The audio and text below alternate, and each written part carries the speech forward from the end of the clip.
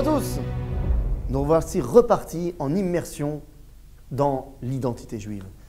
Après avoir étudié Moshe Rabbeinu à Goël, HaMashiach Harishon peut-être, celui qui nous a sortis d'Égypte, eh bien il semblerait que Moshe Rabbeinu ne peut pas travailler tout seul. Il a besoin d'un bras droit. C'est lui qui l'a demandé d'ailleurs.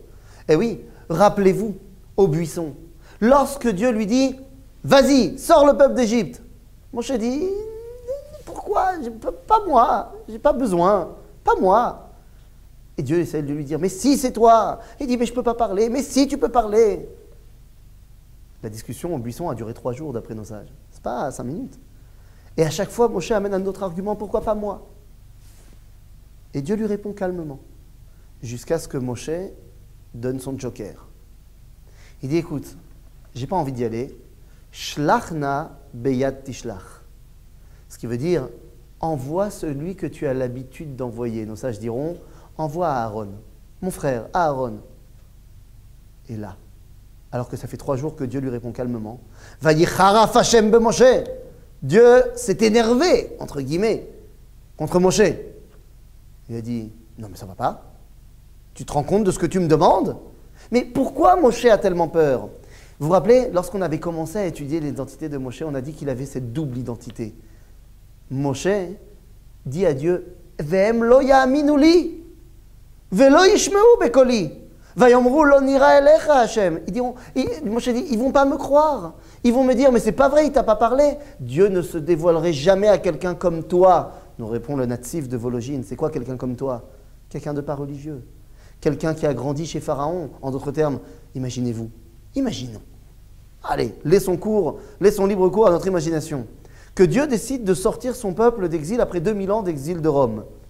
Et pour ce faire, eh bien, il décide non pas d'envoyer quelqu'un, un sage parmi les sages, un descendant de la tradition de la Torah, mais décide d'envoyer quelqu'un qui ne parle pas vraiment yiddish, quelqu'un qui est baigné de culture mondiale, quelqu'un qui a laissé un petit peu de côté, pour le dire clairement, son identité religieuse, qui veut s'assimiler complètement dans la Vienne de l'époque.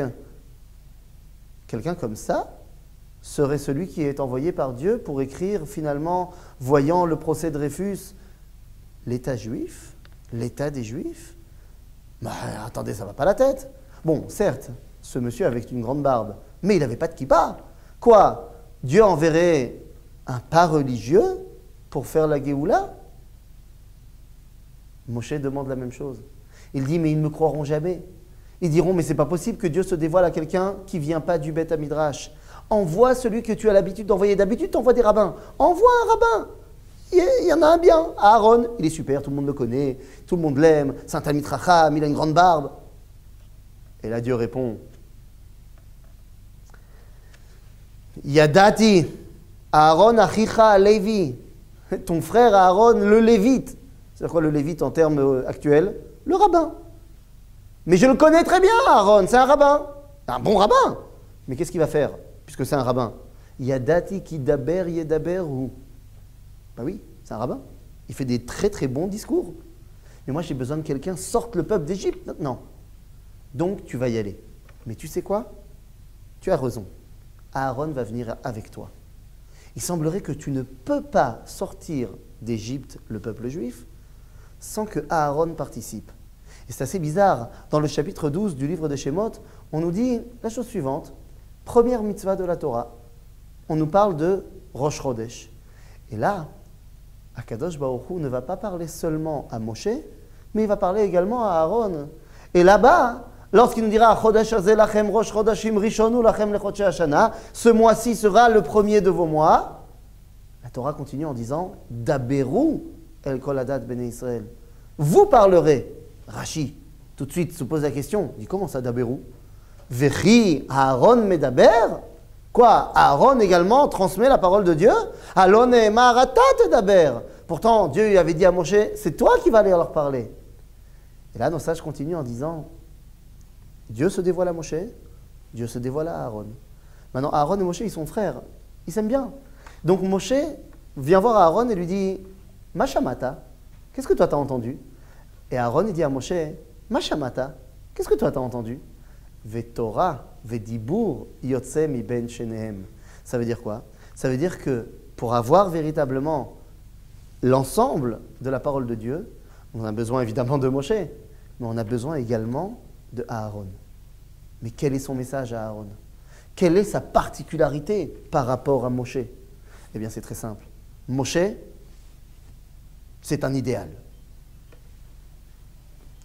On va le refaire. C'est un idéal. C'est un idéal. Tu peux... Ouais? J'ai oublié de le mettre... Hop là. On fera un best-of de pourri. C'est ça. Je reprends un comment? C'est un idéal. C'est un idéal? Moshe, Ok. Moshe, c'est un idéal. Ça veut dire quoi un idéal? C'est-à-dire que pour Moshe, il n'y a pas de faute. Moshe, on ne faute pas avec lui. D'ailleurs, dans le Mikdash de Moshe, le Mishkan, tel qu'il est présenté dans la paracha de Teruma, aucune allusion n'est faite à la faute. Les ustensiles qui y sont mentionnés sont les ustensiles idéaux avec lesquels on va pouvoir servir Dieu. Aaron, c'est toute une autre histoire. Lorsque Moshe va monter sur le mont Sinaï, il dira à Aaron, bon, tu es responsable maintenant du boulot, avec Hur. Et lorsque finalement les Bnei Israël verront que Moshe ne descend pas, ils viendront voir Aaron et lui diront, Tov, fais-nous le veau d'or. Et vous savez quoi? Aaron fait le veau d'or. Mais comment c'est possible? Aaron va faire le veau d'or? Aaron serait-il un idolâtre? Chas v'shalom. Aaron a une shita, a une idéologie pédagogique qui n'est pas du tout celle de Moshe. Moshe, on l'a dit, c'est l'idéal. Tu fautes, tu prends une claque. Aaron, Oev Shalom, Verodef Shalom, il est pour l'amour du peuple juif. Il est pour la paix entre les hommes. Il est pour « je ne vais pas te laisser tomber ». Et donc Aaron va faire quelque chose qui est mentionné de manière très profonde dans une histoire racontée par Rabbi Nachman de Breslav. Maaseh beben hamelech shechashav et atzmo hindik. C'est l'histoire du prince qui se prenait pour un dindon. Il se prenait pour un dindon. Et il commençait à se dévêtir, à se mettre nu, à faire glou glou glou partout. Le roi ne savait plus quoi faire. Il a appelé tous les médecins du royaume. Personne n'a réussi à le guérir. Jusqu'à ce qu'arrive un homme qui lui dit « Moi, je vais te le guérir ». Qu'est-ce qu'il a fait, ce médecin? Il s'est aussi dévêtu. Il s'est mis sous la table et il a fait glou glou glou. Le prince a commencé à devenir copain avec lui. Ils ont glouglouté ensemble. Le lendemain, le médecin glouglouteur lui dit « Tu sais, j'ai appris qu'on pouvait même mettre des habits, mais rester des dindons. » Il dit « Ah bon? C'est super, viens, on essaye. » Ils sont habillés. Ils ont continué à glouglouter.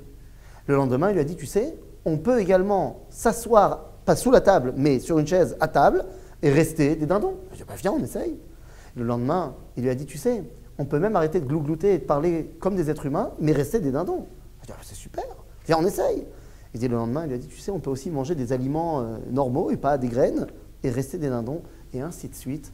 C'est comme ça qu'il l'a ramené à sa condition d'être humain. Aaron voit que le peuple veut fauter. Je ne vais quand même pas le laisser tout seul. Sinon, il n'y aura aucune chance pour eux. Je vais descendre avec eux, me salir les mains pour les remonter et pour les sauver.